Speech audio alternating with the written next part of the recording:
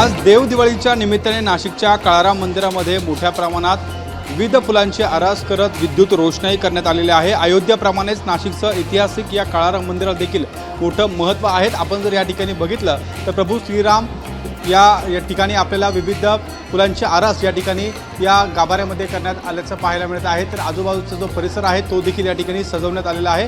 तर दुसऱ्या बाजूला जर पाहिलं तर मोठी गर्दी ही या ठिकाणी भाविकांची प्रभू श्रीराम काळाराम मंदिरामध्ये या ठिकाणी झालेली आहे। आणि एकूणच आजच्या देवदिवाळीच्या निमित्तानं या संपूर्ण काळाराम मंदिरामध्ये विविध रंगांची विद्युत रोषणाई देखील करण्यात आलेली आहे।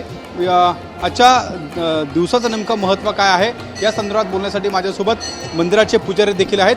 काय नेमकं सांगाल, आजची देवदिवाळी साजरी होते आणि काळाराम मंदिरामध्ये एकूणच आपण बघतोय सकाळपासून मोठी गर्दी या ठिकाणी आहे, विधिवत पूजा देखील सकाळपासून सुरू आहे। जय श्रीराम।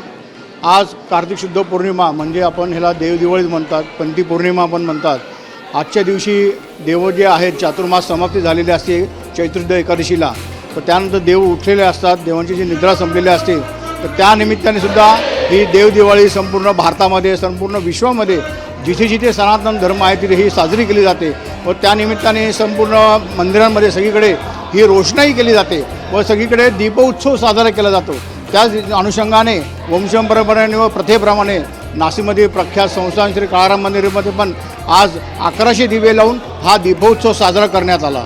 नक्कीच आपण बघतोय आजचा दीपोत्सव मोठ्या उत्साहानं नाशिकच्या या काळाराम मंदिरामध्ये साजरा होतो आहे। मोठी गर्दी या ठिकाणी भाविकांची या काळाराम मंदिरामध्ये पाहायला मिळत आहे।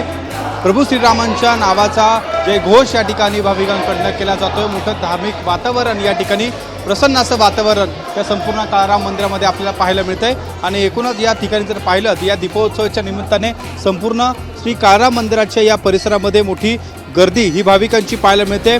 दिव्यांनी देखील हे संपूर्ण मंदिर हे उजळून निघाल्याचं पाहायला मिळतं। विविध रंगांची विद्युत रोषणाई देखील या संपूर्ण काळाराम मंदिराच्या परिसरामध्ये आपल्याला पाहायला मिळत आहे। हा बाहेरचा जर परिसर बघितला तर या संपूर्ण बाहेरच्या परिसरामध्ये देखील या प्रभू श्रीराम काळाराम मंदिरामध्ये मोठ्या प्रमाणात ही विद्युत रोषणाई या ठिकाणी आपल्याला करण्यात आल्याचं पाहायला मिळत आहे। आणि सकाळपासून नाशिककरांसह इतर भाविक देखील या प्रभू श्रीरामांच्या दर्शनासाठी या ठिकाणी गर्दी करताय। प्रत्येक नाशिककर एक दिवा या ठिकाणी लावून या आजच्या दीपोत्सवाचा या ठिकाणी या उत्सवामध्ये सहभागी होत आहे आणि मोठी गर्दी आणि मोठं उत्साहाचं वातावरण या ठिकाणी आज श्री काळाराम मंदिरामध्ये आपल्याला पाहायला मिळत आहे। कॅमेरामन मयूर बारगेसह शुभम बोडके, एबीपी माझा, नाशिक।